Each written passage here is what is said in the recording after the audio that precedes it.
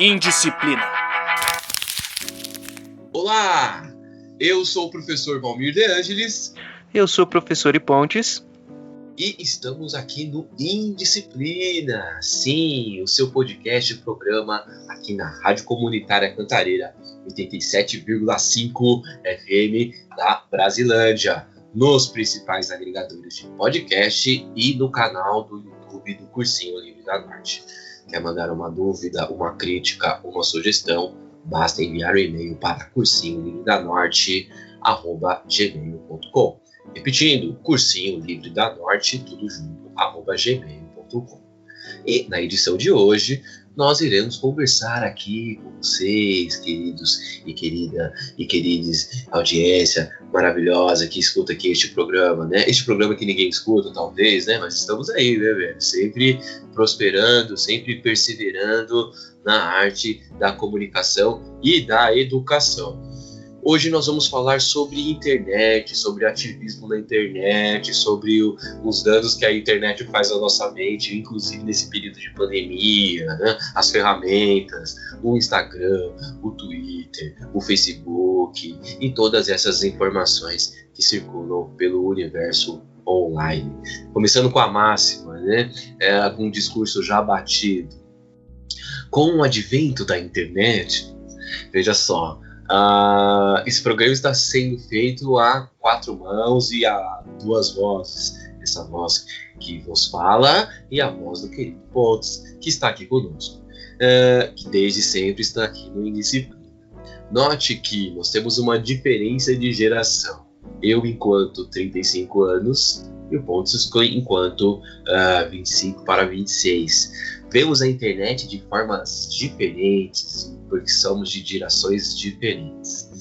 Para começar, na minha época, a internet ela estava se popularizando.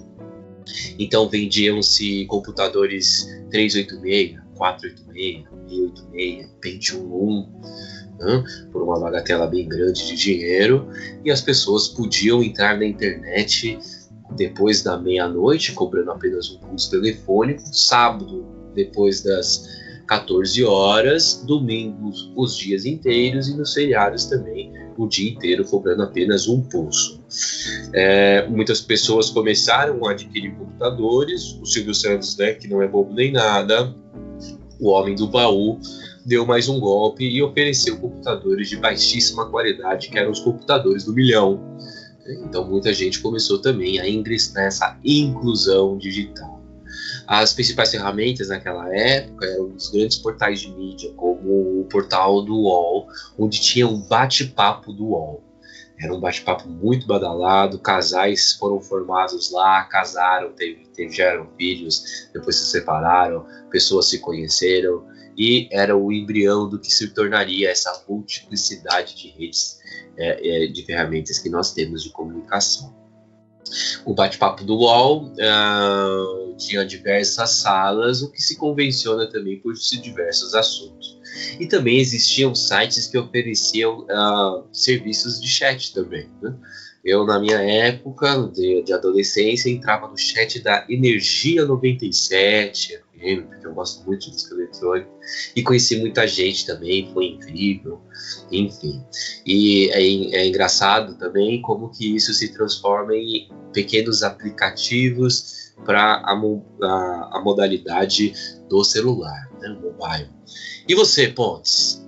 Conta pra gente como que foi esse seu início na internet, qual foi o seu primeiro contato? Nossa, meu início, como qualquer pessoa da periferia, foi no Telecentro. Não sei se a galera que tá ouvindo é possivelmente nova, né? Então é difícil do pessoal conhecer. Mas ainda existem telecentros, né, Valmir? Ou eles acabaram com todos? Existem pequenos telecentros ainda. Inclusive, que a gente aqui de São Paulo tem na estação Barra Funda, que é uma estação bem limitada, né? Mas existem ainda alguns. Tem biblioteca também, né? No CCJ, tem alguns lugarzinhos. Mas antigamente, lá pro 2008, 2009, eu acho, ou até antes disso, Telecentro tinha em todos os lugares. Então, Tinham espaços que só funcionavam o telecentro naquele lugar, como tinham lugares que, por exemplo, um clube escola, e dentro do clube escola tinha um telecentro, em biblioteca tinha telecentro, e muito provavelmente é onde resta alguns telecentros ainda. E eu lembro que aqui na região, assim, pro lado de onde eu moro, eu conhecia 3, sabe? Tipo, pertinho, assim. Então era algo que era bem... que tava rodando bastante. Eu comecei por ali. Eu comecei lá pro fundamental, eu ia pra biblioteca pra fazer trabalho. Veja só. Veja só. E o jovem... Abria livro pra fazer trabalho, olha que loucura. Que loucura. Você acha que o jovem, ele hoje tem uma aversão ao livro? Chega a ser uma aversão por conta desse estímulo exacerbado do uso do celular? Eu não sei, não diria aversão, mas eu diria que é... O pior é que eu não sei em comparação com o passado, sabe? Tipo, na minha época mesmo, eu também não... Quando era moleque, também não tinha muito acesso a livro, sabe? Então eu não sei o tanto que a falta de acesso a livro pro pessoal dessa nova geração é mesmo por aversão que o celular causou, ou é por falta de acesso, que é o meio que o normal, né? Se você parar pra pensar. Você acha que as pessoas não entendem a internet? Nossa, eu acho que sim. Até eu custo a entender a internet, né? Então ainda é um bagulho que é muito complexo, né? Então, tipo, tem muita gente que acha ainda, até hoje, que o Facebook e o WhatsApp é a internet. Sim. Existem países onde se acha que o Facebook é a internet inteira, né? Eu já vi.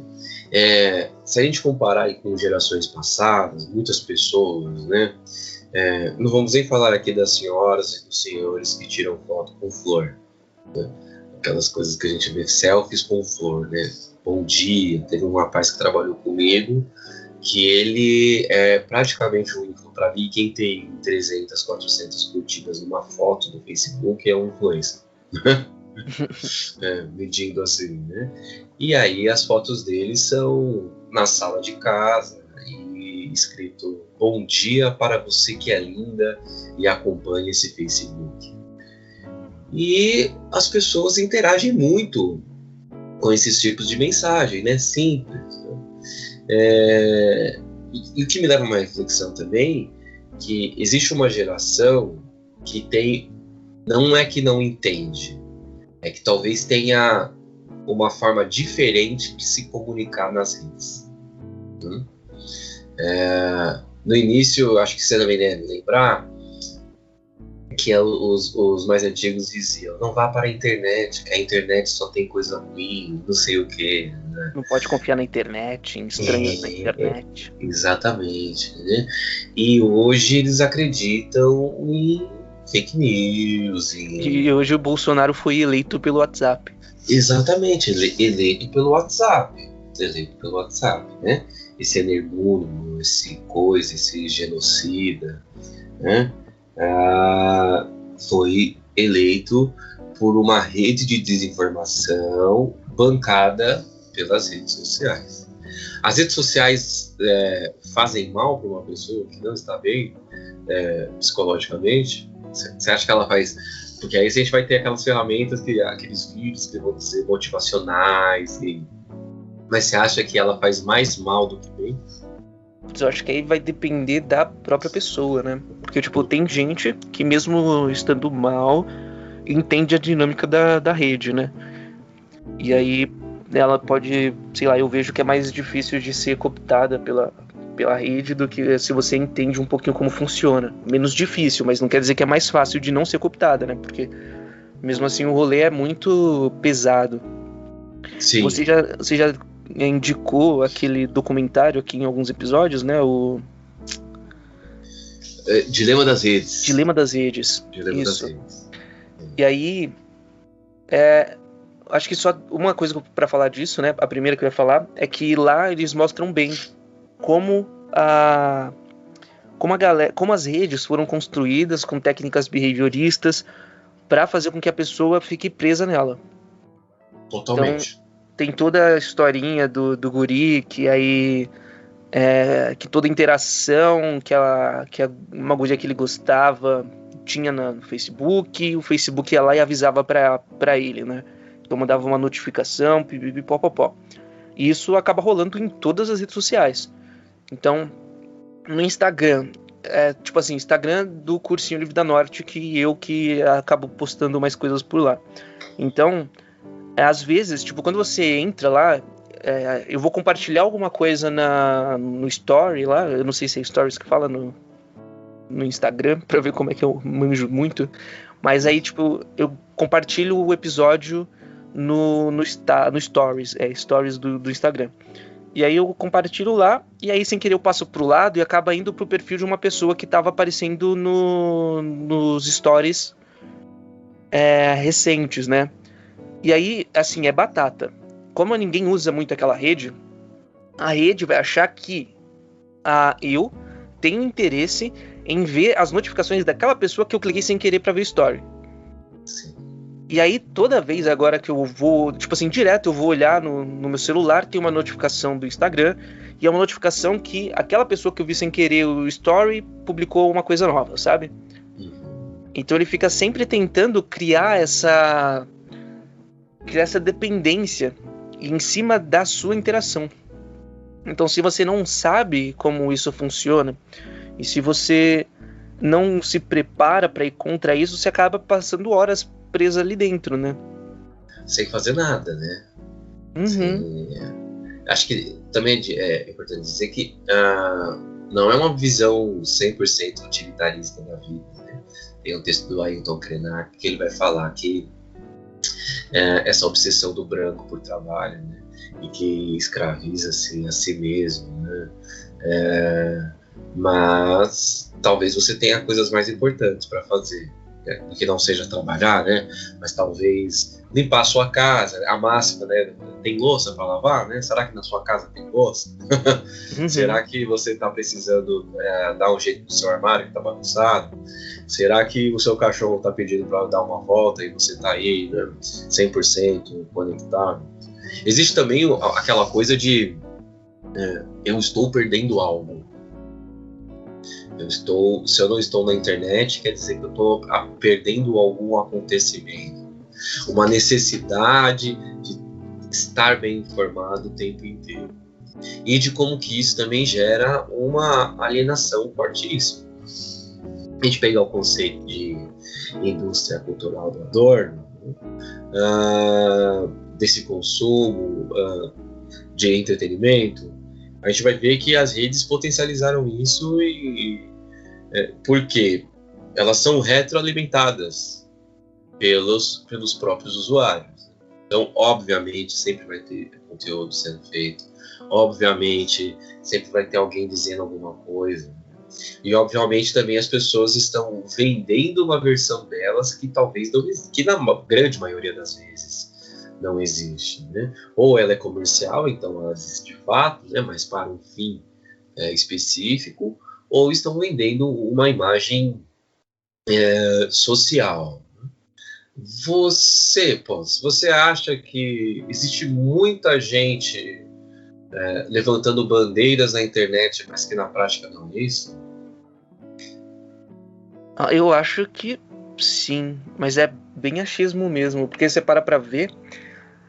Vamos pensar agora, tipo, aproveitando já o tema que a gente vai falar sobre ativismo, se você pegar e ver que tem muita gente, por exemplo, que todo mundo que ouve a gente aqui com frequência sabe que a gente tem uma pegada anarquista. E você pode parar pra ver que tem alguns grupos de Facebook, tem uma galerinha no Twitter que fica prezando pra interação online e tipo na interaçãozinha do grupo deles lá fechados e que vão ficar só debatendo teoria e na prática não fazem nada. Na prática não fazem prática, né? No fim das contas. Porque ficam meio que nessa nessa masturbação intelectual e não sai do lugar. E é muito na linha do tipo de... Como a galera tá fechada nesse grupo e a rede social faz essa linha de tipo mostrar só o que você quer, acaba que essa galera fica presa em alguns grupos e esses grupos se fecham e não vão conseguir interagir com outras pessoas que, mesmo que seja da mesma ideologia e que vá apontar um ponto diferente ali pra você, você não vai conseguir, não vai ter tanto acesso assim, porque isso vai chegar pra você a atualização, sei lá, do grupinho de amizades que você tem pra debater sobre teoria. E aí aquela galera, como já tá meio que numa sinergia, já tá meio que coesa, fica mais difícil de você ter algum pensamento divergente ali dentro. Então, por exemplo, tem um grupo anarquista no Facebook, não vou falar qual, não vou falar de quem. Quem tá nessa bagunça da vida anarco já vai saber quem é. Mas tem um grupo que tem uma galera que defende basicamente racismo científico. Já vi. E tipo, você conhece o como é que é? MGTOW? Não. Que é Men Going They... Sei lá, foda-se. Eu não sei inglês. Mas é tipo assim, homens indo no seu caminho. Então é uma onda de macho branco hétero. Sempre essa bosta. E aí eles vêm com essa linha, né, de que o homem precisa ir no seu caminho porque a mulher tá desvirtuando a sociedade, que a mulher serve pra fazer o homem de trouxa. E você já deve ter ouvido aqueles rolês do tipo de 10/10. Ah, sim. Tal mina é 10/10, tal mina é 7/10 e não sei o quê. Uhum. E aí essa galera que criou essa merda. Ah, foi essa galera? E as pessoas não sabem. Não sabem, e ficam espalhando essa merda aí como se é meme, né? Isso aí é um dos problemas do memes que a gente pode até falar mais pra frente aqui. Mas... E aí eles têm esses rolês, né? Então tem essa vibe de superioridade masculina, de superioridade do branco e não sei o quê. E aí o grupo que se diz anarquista e fica propagando essas merdas, sabe? É um grupinho que fica fechado dentro deles ali e não consegue interagir com pessoas que têm um pensamento divergente. Então, um exemplo que eu vivi num desses grupos. Um dos caras veio falar pra mim que raça humana é um conceito biológico. E aí eu fui lá na Paz de Cristo, peguei artigo, peguei autor dentro da biologia, mostrando por A mais B que as diferenças das etnias não são grandes o suficiente entre elas para classificar uma raça. Então a gente tem a raça no sentido das ciências humanas, né, que seria o sentido étnico, mas não no sentido biológico. E aí eu mostrei isso pro guri. E ele foi mandou eu ir procurar em artigos de livros de psicologia evolucionista. Eu fiz isso, e o que estava dito lá nos livros é basicamente a mesma coisa. Eu mandei o link pro cara e ele veio falar: você escolheu o livro que concorda com você. Sabe? E aí fica preso nisso e não consegue ir contrário, porque, tipo, como naquele espaço aquela pessoa tá basicamente em maioria, quem vem de fora não consegue mostrar que aquilo é um absurdo. Sim. E veja como o racismo se propaga aí, né? Porque, com evidência, acho que se trata de crença, né? E crença é uma coisa que não se muda da pessoa. Se ela está convicta daquilo, se ela tem certeza. Pessoas que têm certezas demais, né? A gente que é da área da educação geralmente não tem certeza de nada, né? A gente sabe que a gente não tem certeza de nada. A gente está sempre buscando novos conhecimentos, novos pontos de vista, novas perspectivas para tentar entender o que se aparece, né? o que se coloca na nossa frente. E de como esse tipo de discurso ele é muito propagado Porque mesmo com tudo aquilo que você ofereceu para esse cidadão aí, ele ainda justifica um conceito de raça. E eu vou falar uma máxima aqui, tá? Que ela ela deve ser dita aí em bem mais lugares. O mal do mundo é o homem branco europeu. Veja bem, né? Eu não digo ele precisamente, não generalizo também, né? Enfim, mas há uma ideologia do homem branco europeu, né? Talvez a gente possa pensar assim, que até homens negros, homens comprem esta ideologia e achem que não existem outras vozes. E esse é o problema também, né? Você se torna, quando a gente não concorda com uma coisa que é um absurdo, e aí o Brecht tem uma frase de que tempos são esses em que temos que explicar o óbvio, nós nos tornamos dissidentes de discursos que, francamente, são preconceituosos em diversos graus e para diversos outros tipos de grupo, né? É engraçado que você traz isso dentro de um pequeno grupo dentro do Twitter, né? Que, na minha opinião, o Twitter é uma rede maldita, né, cara? As pessoas se odeiam. Eu não sei porque as pessoas têm Twitter, né? Às vezes eu fico me perguntando. Você entra numa parada pra você ficar pistola. Não, mas tipo, só pra explicar mesmo, aquele grupo era do Facebook, mas no Twitter é a mesma, não tem muita diferença, né? Não. Mas, não, o Facebook também é um ringue, né? Mas o Twitter não é pior? Você não acha o Twitter o pior das redes, assim? Eu acho que depende muito, sabe?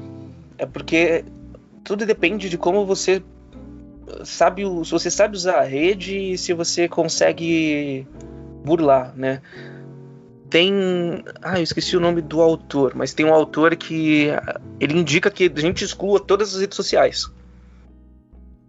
E tipo, isso pode ser um dos melhores caminhos. Eu não vou falar que não, mas eu acredito que a gente consegue domar um pouco a rede, sabe? É óbvio que a gente precisa ter um treinamento absurdo para isso. Então, se você usa o Facebook, por exemplo, para participar de grupo de jardinagem, sabe? Só usa o Facebook para isso, só vê esses grupos, aí pega umas dicas de cuidado com plantas. Se você faz parte de grupo de receita, é óbvio que pode ter alguma parte tóxica ali dentro, mas se você não se deixa entregar para a rede e você usa ela de forma crítica, a gente consegue dar uma arrumada nessas coisas, né? Então, é óbvio que é muito difícil ainda você ficar livre dessa toxicidade. Então é muito comum no Twitter, por exemplo, ter aquelas ondas de cancelamento. Então, de você atacar as pessoas. Eu não gosto nem desse conceito de onda de cancelamento, porque ele meio que ele mistura duas coisas, né? Ele vai misturar a preocupação da galera de não propagar facho, de não propagar machista, de não propagar gente preconceituosa e não dar visibilidade para eles. E eles juntam essa vibe com o ataque sem sentido. E aí eles juntam as duas coisas como se fosse uma coisa só. Mas eu tô falando, quando eu digo cancelamento, eu digo essa segunda parte, né? Então, por exemplo, eu não vou consumir conteúdo de alguém que eu sei que é racista. Sim. É óbvio, assim. Que alguém que eu sei que anda com fascista. Eu não vou consumir esse conteúdo dessa galera. Sim. Sabe? Então tem muito cantor famoso aí que já fez um monte de merda e a galera passa pano e finge que nada aconteceu, que eu não consumo até hoje, sabe? Sim. Então, isso é o que a galera poderia entrar no cancelamento, mas o que eu tô falando mesmo é o segundo exemplo.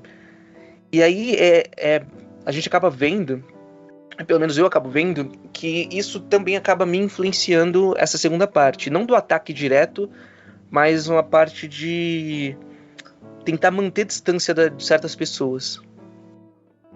Então, por exemplo, uma pessoa... falaram que uma pessoa fez tal coisa. Aí eu já prefiro me afastar daquela galera, sabe? Uhum. Do que continuar ficando bola pra pessoa que possivelmente fez alguma merda. Então pode ser que em algum momento eu erre e acabe me afastando de alguém sem razão, porque, tipo, sei lá, era mentira. Sim. Ou talvez a visão de uma pessoa que não a conheça e pega um pequeno recorte. Sim. Talvez seja isso. Então, nós estamos chegando ao final do primeiro bloco de Disciplina. Nós voltamos já.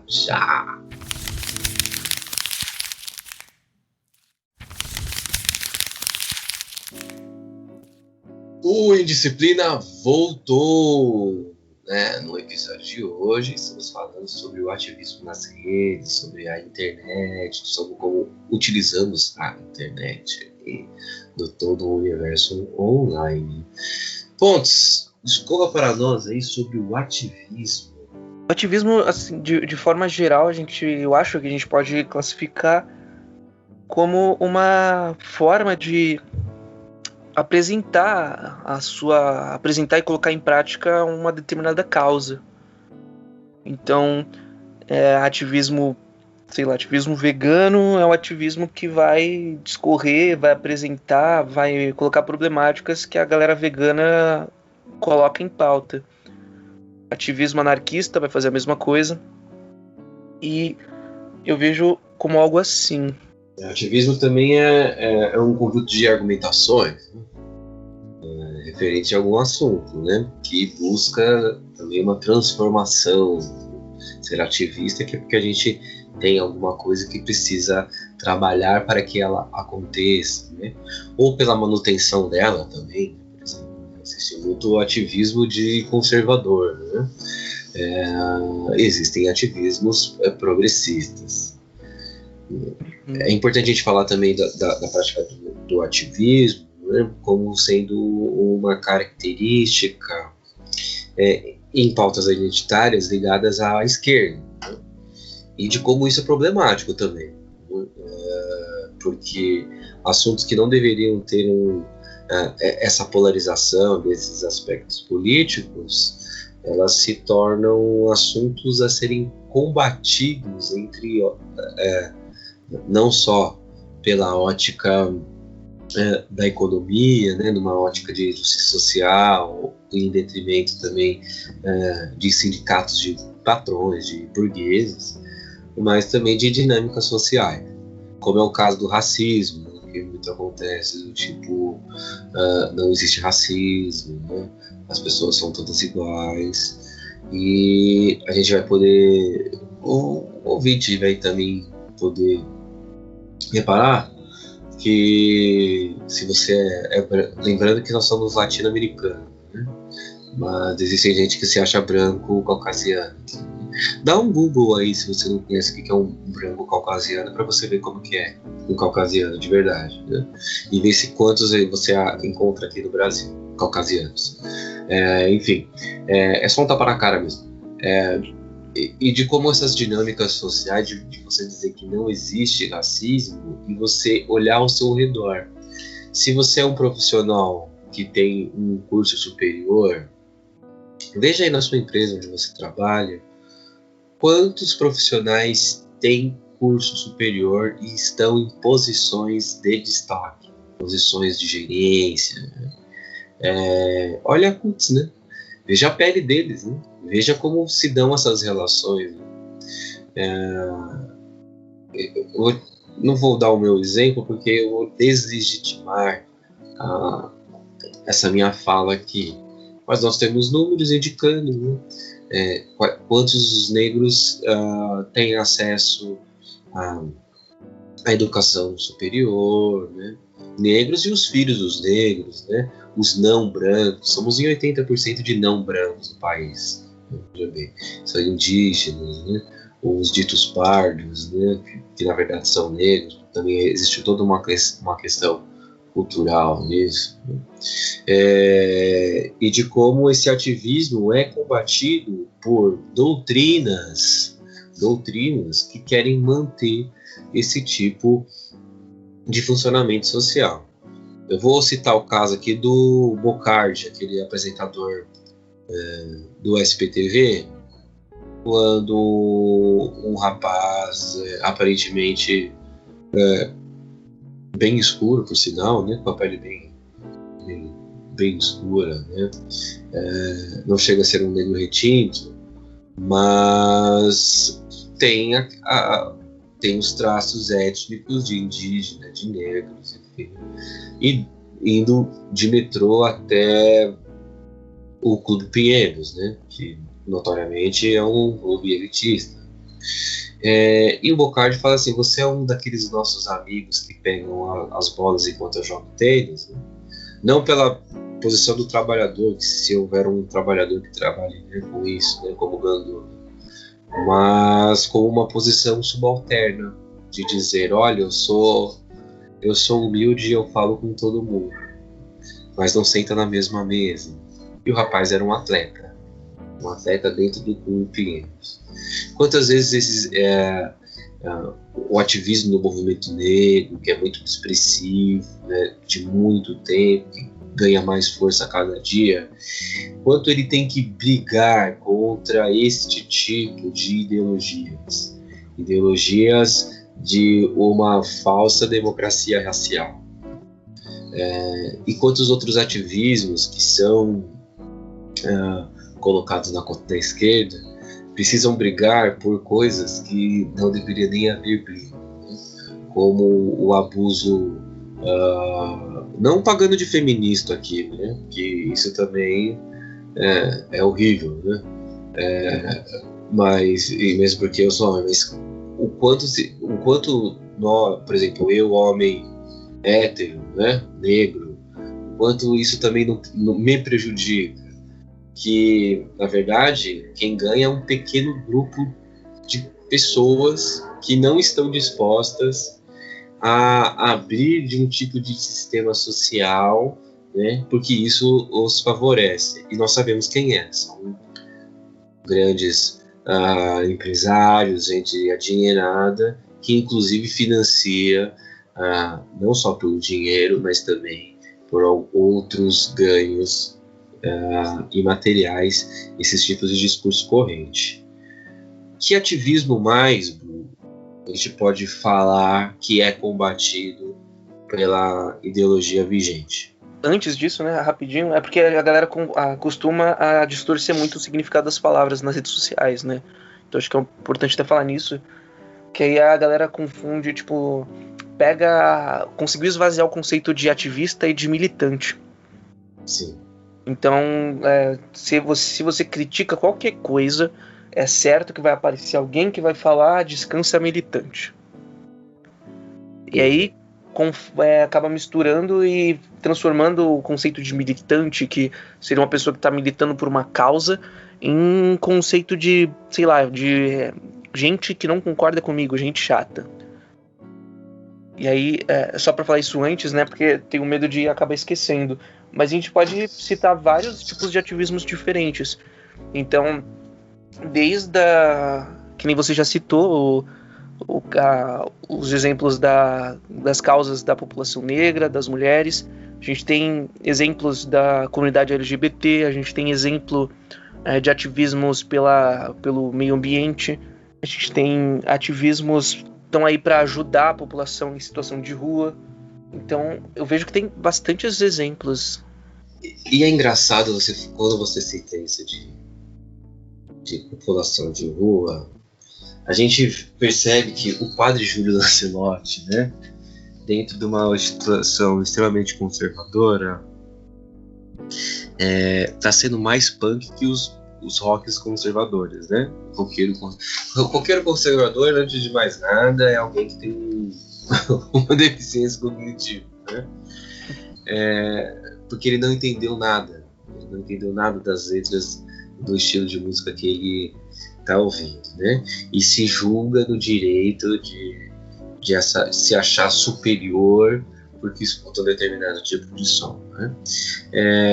O padre Júlio Lancelotti tem uma larga história aqui na cidade de São Paulo e recentemente foi quebrar os pedregulhos colocados debaixo das marquises, debaixo do viaduto, por conta que a população de rua não poderia se abrigar talvez da chuva, enfim, das intempéries do tempo. E ele é tido como um comunista, um homem religioso que tenta fazer algum tipo de diferença para esta população que cresce vertiginosamente por conta da falta de emprego, por conta da falta de oportunidade.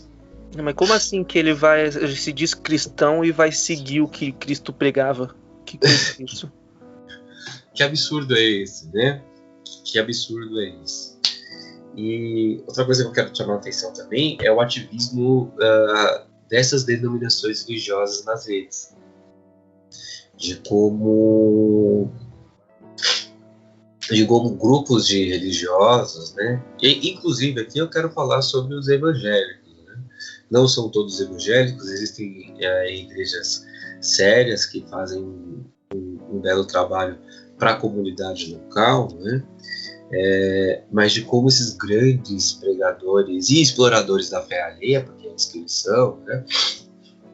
De diversas estirpes aí, né? Desde o R.R. Soares, Edir Macedo, Santiago, enfim, de como eles usam os discursos dessas redes para a manipulação das massas, inclusive em coisas que o próprio Messias dele, né? não o Messias arrombado Bolsonaro, mas o Messias Jesus, né? Faria, né? Se estivesse entre nós, Jesus faria completamente o oposto, né? Daria a outra face para bater, enfim, todas essas outras passagens bíblicas aí que é conhecida largamente pela população brasileira aí, né? Mesmo que você não seja religioso, né? Existe um ativismo religioso nocivo? Você acredita que pode ter um ativismo religioso nocivo? Bom, eu acho que sim. Principalmente quando a gente para pensar, porque a gente tá, nesse episódio a gente vai falar um pouquinho, a gente tá dando foco no ativismo na rede, mas acho que já é até um ponto importante a gente falar isso agora, né? Que o ativismo na rede, sozinho, por ele mesmo, não tem o mesmo efeito que o ativismo na vida real. Então, por que o nosso país está do jeito que está hoje? Então, entrando nisso de ativismo religioso que é prejudicial, é só a gente parar para ver quantas igrejas evangélicas a gente tem pela quebrada. E aí você para ver, eu não vou nem falar de coletivos, vamos falar de quantas escolas tem na quebrada. Então a gente já consegue ver que tem uma baita discrepância, né? Então já tem uma baita diferença ali. E aí se a gente tenta comparar o número de igrejas com o número de coletivos, e aí o negócio fica completamente patético, né? Então, qual que é o maior problema? E o que eu vejo agora sobre isso, né? Essas igrejas, que nem você falou, são comandadas por uma meia dúzia de cara que vai chorar na TV para conseguir ter dinheiro para comprar dezenas de hectares e ter uma fazenda gigante. E enquanto a galera da base dessas igrejas acaba passando fome para isso. Então, o ativismo na rede dessa galera, eu vejo como uma extensão desse ativismo que eles já faziam na vida real. Então, fica mais fácil você propagar mentira pelo WhatsApp se na zona de conforto dessa população, porque as igrejas basicamente são isso, né? É isso, né? Então, o pessoal usa muito a frase do Marx, né? Que a religião é o ópio do povo e tenta desmerecer, falar como se o Marx estava querendo desmerecer toda a religião. Quando, na verdade, isso significa que o ópio, naquela época, seria um remédio que a galera tomava, né, pra aliviar as dores. Então, tipo, por uma transposição atual, é tipo a mesma coisa eu falar que a religião é a aspirina do povo. No sentido de que a galera procura ajuda naqueles meios. A galera tá necessitada, o pessoal tá precisando de apoio, e no lugar de encontrar um espaço de apoio mútuo, como é o que a gente deseja como anarquista, eles vão encontrar esse apoio dentro das igrejas. E como eles encontram esse apoio ali, fica mais fácil da galera ser manipulada e acabar sendo usada como massa de manobra por esse pessoal. E aí entra esse problema, né? Porque eu vejo que o ativismo não é... O ativismo online não não pode ser ele por ele mesmo. Porque ele não adianta nada, né? Sim, tipo, ele pode ajudar, ele pode mudar algumas pessoas, mas em comparação... E aí entra naquilo das bolhas, né, que a gente fala. E eu já vi um pessoal falando que o mais certinho, em vez de falar de bolha da rede social, seria mais fácil falar em nós, né? Como se fosse um ponto em que várias pessoas conseguem chegar ali. Então é um ponto em que você fica e você tem acesso a outros pontos de outras pessoas. E aí seria um nó, nesse sentido. E aí, como você tá presa nesse nó, você não tem acesso ao que tá fora dele. Porque a rede social não deixa chegar em você. Que nem a gente já comentou no primeiro bloco. E quando você tenta fazer... É óbvio que é importante fazer ativismo online. Senão a gente nem faria o Indisciplina aqui. Que tanto, além da rádio, a gente também coloca ele como podcast. A gente acha que é importante isso. Só que a gente não deixa de fazer o trabalho de base na vida real. Sim. Que o Disciplina também é um trabalho de base, né? Se a gente for pensar bem mesmo, né? O que a gente constrói aqui. Só que as pessoas... Né? E também eu vou aproveitar para citar um verso aqui do Black Alien, né? Entre milhões de views e milhões de ninguém viu. Né? Então a gente tem muito conteúdo na internet, né? Muitas coisas que poderiam fazer sentido para a vida das pessoas e elas não enxergam. Basta você olhar no YouTube não faça login no YouTube, né? Entra no YouTube ali, inicie o seu navegador e veja o que tem mais views. Tem view de 3 milhões, né? 3 milhões de views. Uma mulher indo com o marido a um supermercado. Uma mulher, isso aí mesmo, né? Um casal indo ao supermercado. 3 milhões de views. Falando de coisas cotidianas e né? E o entretenimento. Se fala, e aí o Wittgenstein vai falar, né? Ludwig Wittgenstein, o filósofo da linguagem, vai dizer: aquilo que deve se falar deve ser dito com todas as letras. Né? O que não deve se falar deve se calar. Porém, esses assuntos que estão vinculados, né, hoje, né, são aqueles que várias vozes estão dizendo.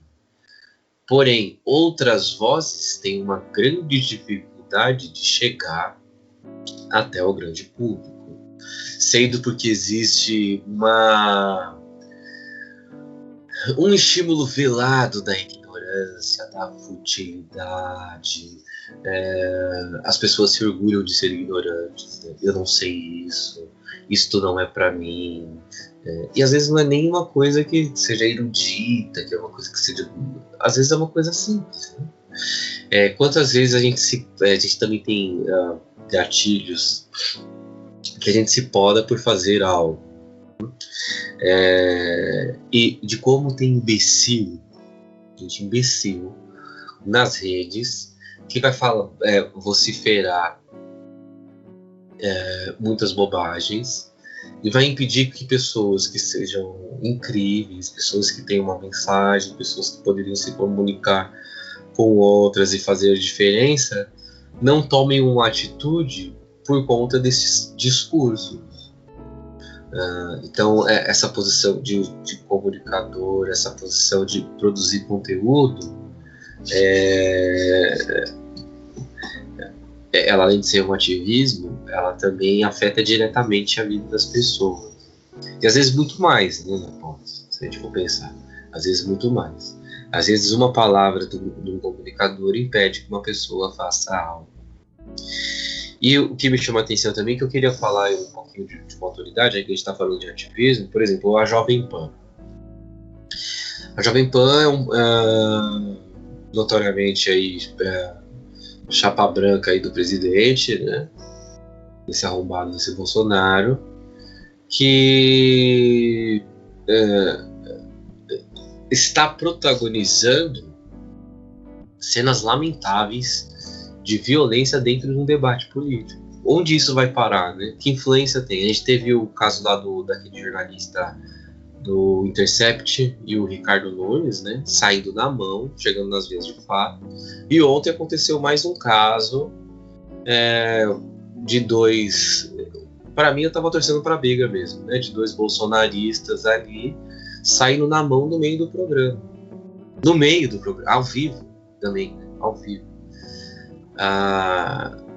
E existe uma tensão também, né? Uma tensão do que as pessoas não conversam.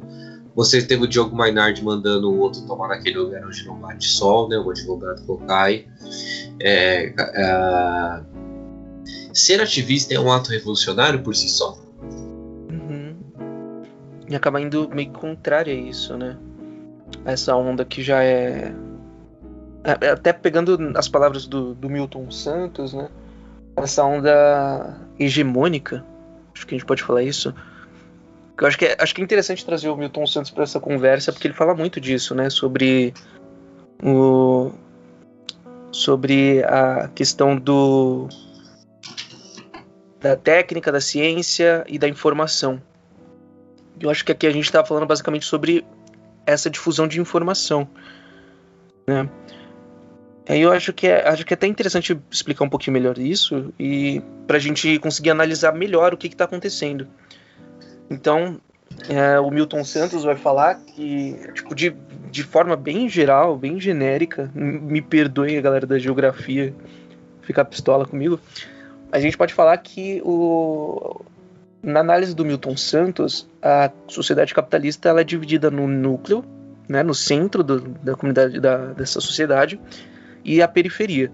No centro é onde fica guardado a base da técnica e da ciência e a produção de uma determinada informação, que ele vai chamar de hegemônica, e lá desse centro ela se difunde para a periferia. E aí nessa difusão ela acaba tendo o controle da periferia por parte da centralidade.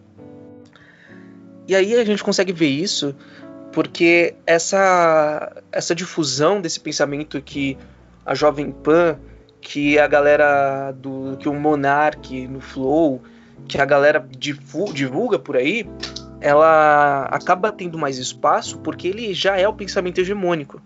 Então é muito mais fácil você defender um Estado mínimo, defender o papo de anarcocapitalista, esses rolês, do que você defender uma revolução social que parta das bases da sociedade para conseguir criar uma sociedade mais justa. Justamente porque o pensamento hegemônico está falando sobre isso, né? Então, é muito comum a gente ver ondas que nem o caso do Monark. Então, para quem não conhece, o Monark, ele é ainda, né, um youtuber que ele começou jogando Minecraft, que é um joguinho de bonequinho de bloquinho que interage com um ambiente aberto e tem que construir casinha. Tipo, num resumo é isso, o que é o Minecraft. E ele passou disso para um dos cabeças de um podcast gigante em que eles ficam falando abobrinha para uma multidão de gente. E isso é o comum, justamente porque o pensamento hegemônico já causa isso, né? Já cria esse ambiente propício para isso. Então é muito mais fácil você ter alguém que está propagando o pensamento hegemônico em alta do que o contrário. Tanto porque a galera que consome o conteúdo, ela faz a maior parte do público vai aceitar mais facilmente um conteúdo que vai de acordo com o pensamento dela, que já é o pensamento que ele conseguiu na TV, que é o pensamento que ele conseguiu na igreja, que ele conseguiu na comunidade deles, do que aceitar de primeira um pensamento contrário a isso. E por isso que o nome é hegemônico, né? Porque ele está tentando tomar todo o espaço. Ele é o que está ocupando mais espaço.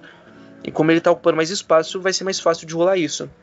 E aí entra a questão do ativismo contrário a esse caminho, né? Que aí vai ser um ativismo de pensamentos não hegemônicos.